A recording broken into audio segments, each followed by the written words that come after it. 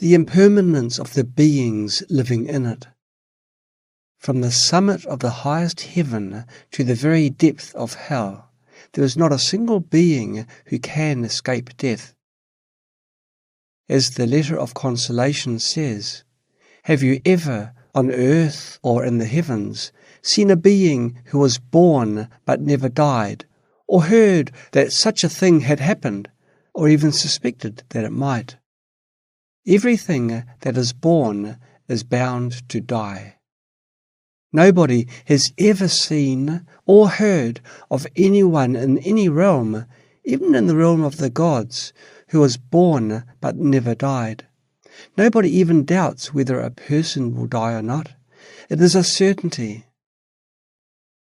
Especially for us born at the end of the Kalpa in Jambudvipa, where the length of life is unpredictable, death is imminent. From the moment we are born, we are getting closer and closer to death. Life can only get shorter, not longer.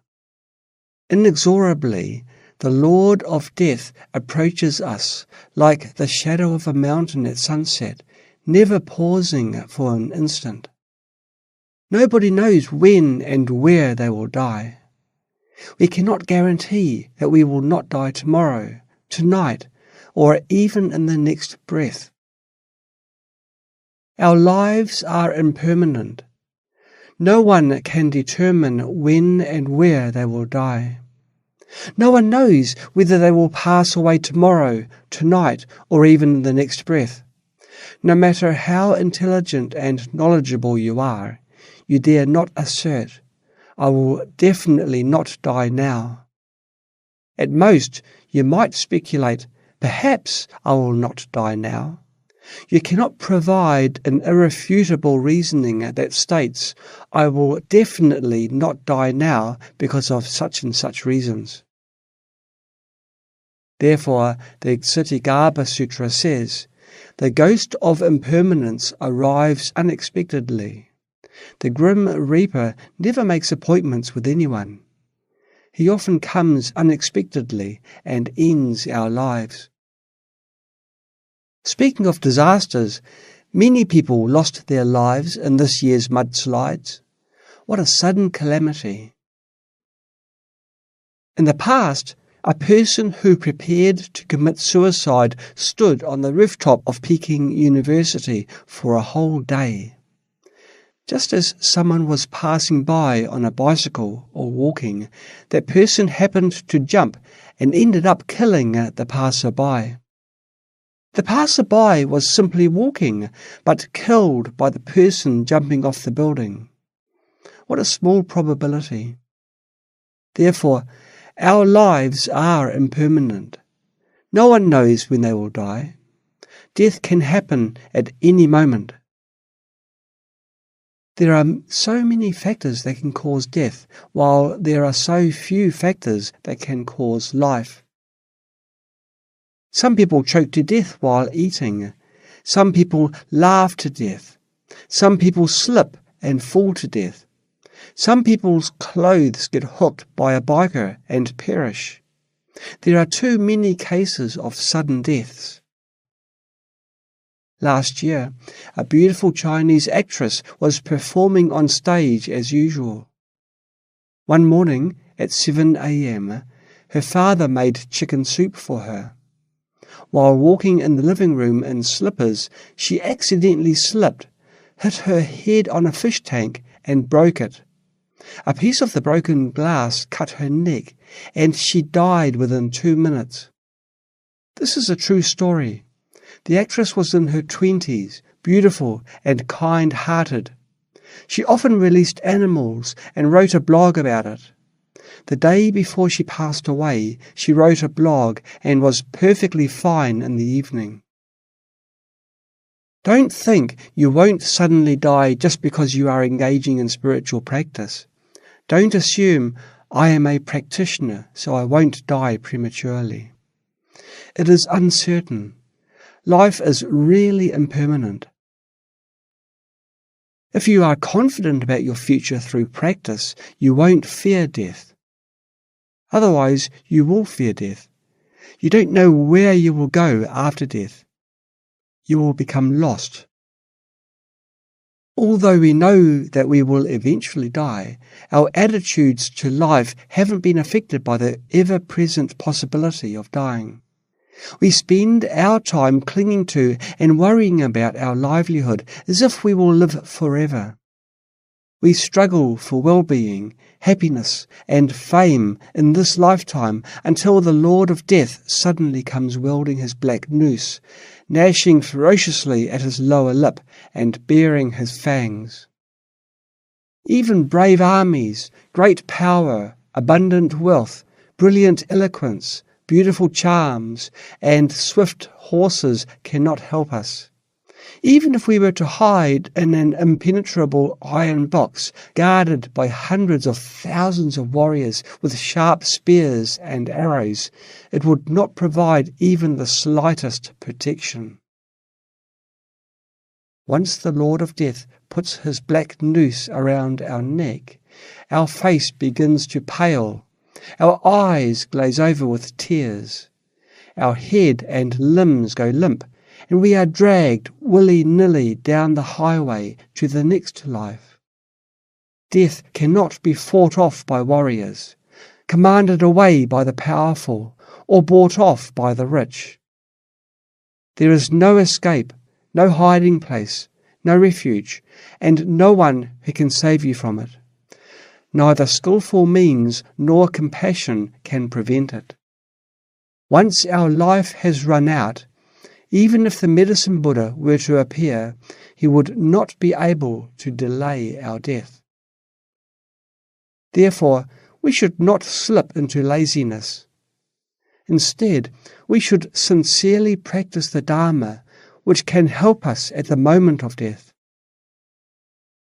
The second part is the meditation on the impermanence of sentient beings, primarily about the factors of death. Even without war, there are numerous circumstances of death around us every day. Humans tend to avoid death and shield us from seeing it. When there is a car accident on the street, the bodies are immediately covered and taken away. Hence, we rarely see corpses. However, in China, many people die every day. Not to mention diseases, just from traffic accidents alone, there are around 150,000 deaths per year in China. You can calculate how many people die from traffic accidents each day. In addition, according to reports, there are about 280,000 deaths per year due to suicide and 2 to 3 million attempted suicides. The number of deaths from diseases is even higher. Our lives are so fragile. However, humans always strive for fame and fortune, caught up in worries and attachments. They are short-sighted and solely focus on staying alive. The mentality of sentient beings is strange. They instinctively live for the sake of living with only this basic need. As long as they are alive, they are content and don't seek anything else. They are so ignorant and short-sighted. The impermanence of holy beings. In the present Good Kalpa, Vipasyin, Sikhin, and 5 other Buddhas have already come, each with his retinue of Shravakas, Pratyekabuddhas, and Arhats, an inconceivable number. Each worked to benefit countless beings through the teachings of the 3 vehicles. Yet, only Buddha Shakyamuni's teachings are available now. The other Buddhas have passed into nirvana, and the teachings they gave have gradually disappeared. One by one, the numerous great Shravakas of the current lineage, each accompanied by their entourage of 500 Arhats, have all passed into nirvana. In India, there were once 500 Arhats who compiled the Buddha's teachings, along with the 6 ornaments, 2 Supreme Ones, and 80 Siddhas. They mastered all the stages and paths and possessed infinite spiritual powers. But now, only the stories of their lives remain. In Tibet, the land of snow, when the second Buddha of Odhyana turned the wheel of Dharma to ripen and liberate beings, there lived his followers, such as the 25 disciples, known as the king and subjects, and the 80 Siddhas of Yurpa. Later came the ancient tradition, the Nyingma tradition, masters of Seoul, Zur, and Nub clans, Mapa, Milarepa, and Dagpo of the new tradition, and innumerable other learned and accomplished beings. Most of them achieved high levels of accomplishment and had mastery over the 4 elements. They could manifest all sorts of miraculous transformations. They could make tangible objects appear out of nowhere and disappear into nowhere. They could not be burned by fire, drowned by water, crushed by earth, or fall into danger. They were free from any harm that the 4 elements could bring about. For example, once Jetsun Milarepa was meditating in silence in Nishankatya cave in Nepal when a group of hunters passed by. Seeing him sitting there, they asked if he was a man or a ghost. Milarepa did not answer. He remained motionless and gazed into space. The hunters shot poisoned arrows at him, but none of them pierced his skin. They threw him into the river and pushed him off a cliff, but each time he returned to his seat. Finally, they piled firewood around him and lit it, but the fire could not harm him. There have been many beings who achieved such spiritual attainments, but in the end they all chose to demonstrate that everything is impermanent. All that remains of them today is their stories. Driven by our negative karma, swayed by the negative circumstances, and bound by our negative tendencies, our existence relies on this impure body made up of the 4 elements.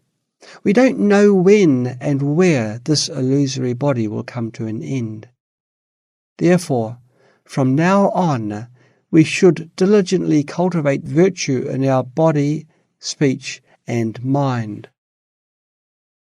The impermanence of those in positions of power. Even the gods and immortals who can live for several eons and possess majestic radiance cannot escape death. The samsaric rulers such as Brahma, Indra, Vishnu, Isvara, and other great gods live for several eons. Their heights are measured in leagues or earshots, and their radiance outshines the sun and moon. However, even they cannot escape death. As the Treasury of Precious Qualities says, even Brahma, Indra, Mahashivara, and universal monarchs have no way to evade the demon of death. Furthermore, even celestial beings and immortals with the 5 kinds of supernatural power and the ability to fly through the sky cannot escape death. The letter of consolation says, the great immortals with the 5 supernatural powers can fly far and wide in the sky. Yet they can never reach a place without death. In our human world, there have been universal monarchs who reached the pinnacle of power and wealth.